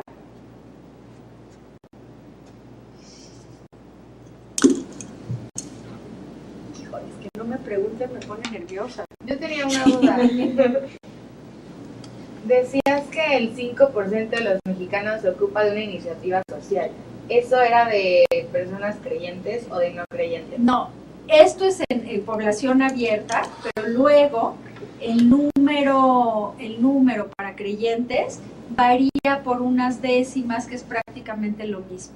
Lo que quiere decir, esto es importante lo que dices, porque lo que quiere decir es que el tener una espiritualidad o una creencia religiosa no está haciendo la diferencia. Y eso es preocupante. Sino que estamos respondiendo a cómo responde la población abierta que no lo tiene. Exactamente es eso. Y eso es preocupante, ¿no? Bueno, estábamos... Ya. Estábamos platicando en una clase que en sí el mexicano no es religioso porque no practica justamente esos valores, pero lo que sí es como de mucha fe a la imagen. Entonces, sí, lo que decían es que, o sea, no, en la práctica el mexicano no refleja los valores de la Iglesia Católica, porque es la que más está presente en nuestro país, pero porque adoramos más a la imagen, no tanto como la religión, sino como la imagen que nos está dando la religión. Entonces, no sé. Yo creo que en parte eso es muy cierto, porque en última instancia, pues esto que yo les decía de las emociones, también tiene que ver con las tradiciones. Y en ese sentido, la religión es el reino de lo simbólico. Eso es lo que hay. Más allá del dogma, más allá de las creencias, es el reino de lo simbólico, es el hábitus, es lo que te da la manera de aproximarte a la realidad, son los símbolos. Y si pensamos, por ejemplo, en la Virgen de Guadalupe, o si pensamos, pues puedes caer en decir, más que ser religioso en un sentido institucional, lo que somos ritualistas, somos tremendamente ritualistas. Y esto se aplica al PRI también, ¿eh? O sea, hay toda una ritualidad, somos hiperbólicos, ¿no? Pase usted a su humilde casa, nadie te dice, oye, éntrale a mi jacal, ¿no? Además no crees que es una humilde casa, ¿no? Entonces somos terriblemente hiperbólicos y esto tiene que ver con el mundo de los símbolos. Sí, yo creo que más ritualistas que religiosos, es cierto.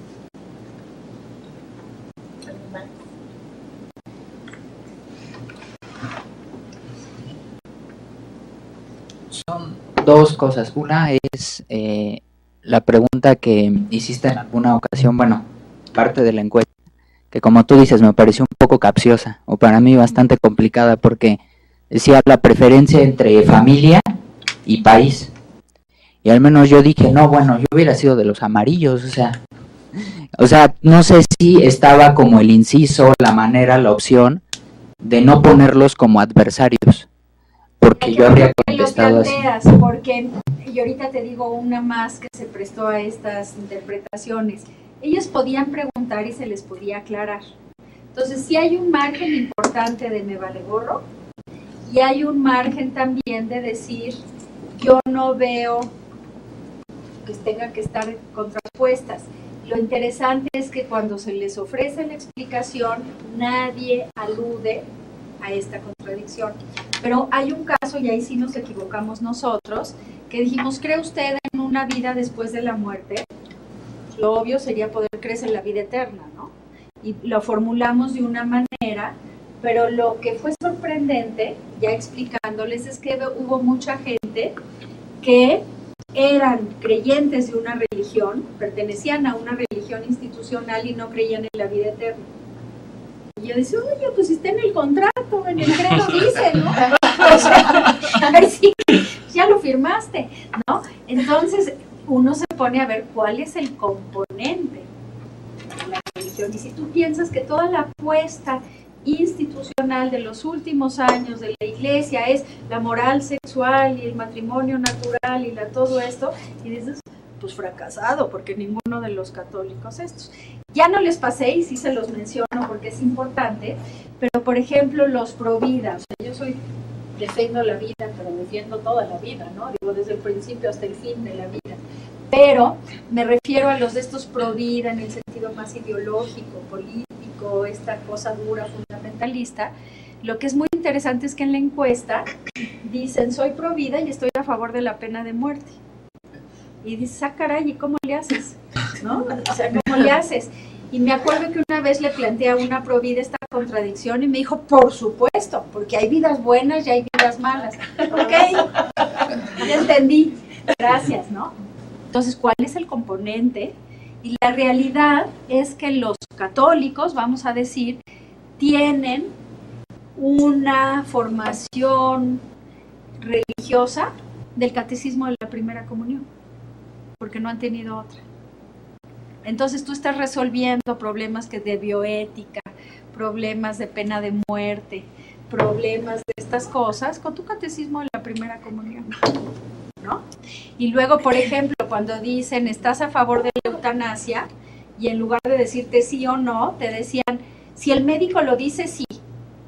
Oye, pues, sea agente ético, decídelo tú, ¿por qué necesitas escudarte en el médico, no? Es eso. Pues sí es un problema de formación, ¿no? ¿Y la otra? Y otra cuestión respecto a lo que mencionabas o lo que nos dicen las estadísticas de cierta manera de interpretación que es, bueno, la religión católica no se ha debilitado en México. Sin embargo, yo creo que podría haber una segunda lectura que tiene que ver con el sacerdocio.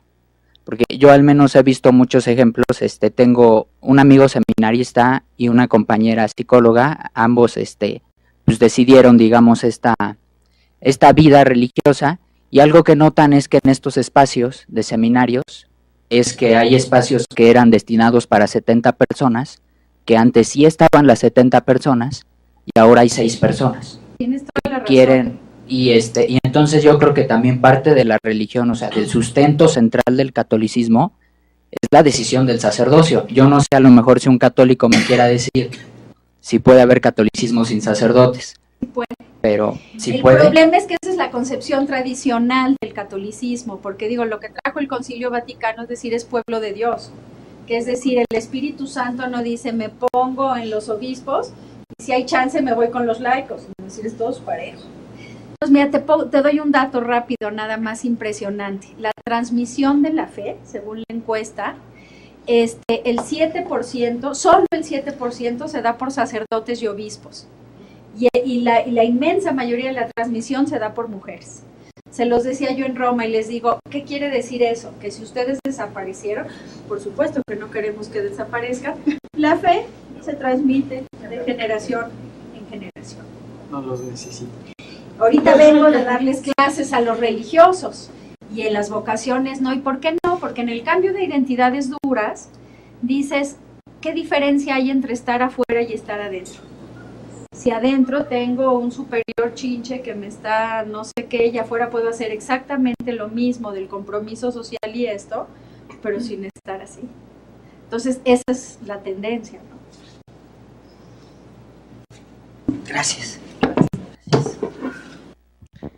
Bueno, pues yo quiero dar gracias a Mari, pero por varias cosas, no solo por la sesión de hoy. Y una de ellas es que oigan de ti, de otra persona, lo de la relación con las emociones, porque al final de cada sesión, durante 11 semanas nos oyen cómo se quedan, cómo se sienten, de qué se dan cuenta, a qué se sienten invitados, y ya hasta luego me hace como chunga, Meche, faltó lo de cómo. Entonces, central. Que lo diga alguien más fuera del contexto de la sesión cotidiana, bueno, pues les da como otra visión de por qué es tan importante y está permeado toda la vida de esto. Esa es una. Y bueno, creo que para la visita que tenemos próxima en Chalco nos dan muchísimos elementos de, por ejemplo, mencionabas esto de priorizar las experiencias compartidas.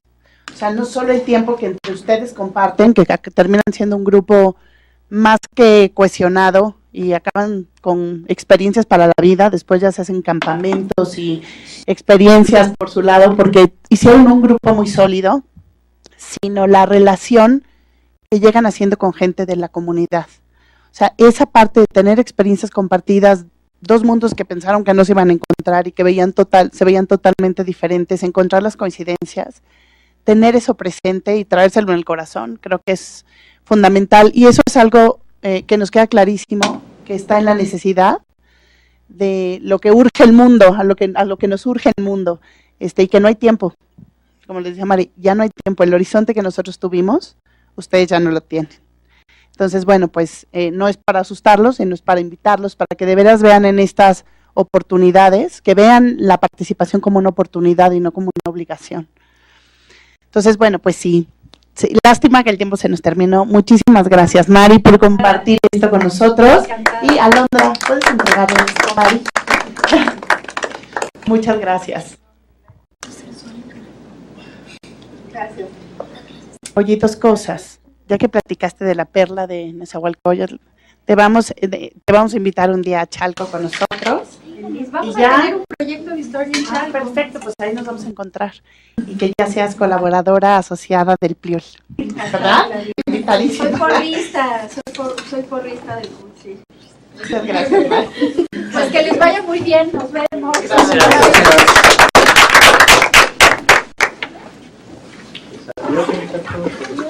Me cuentan después de Chalco, ¿qué tal les fue? Muchas gracias.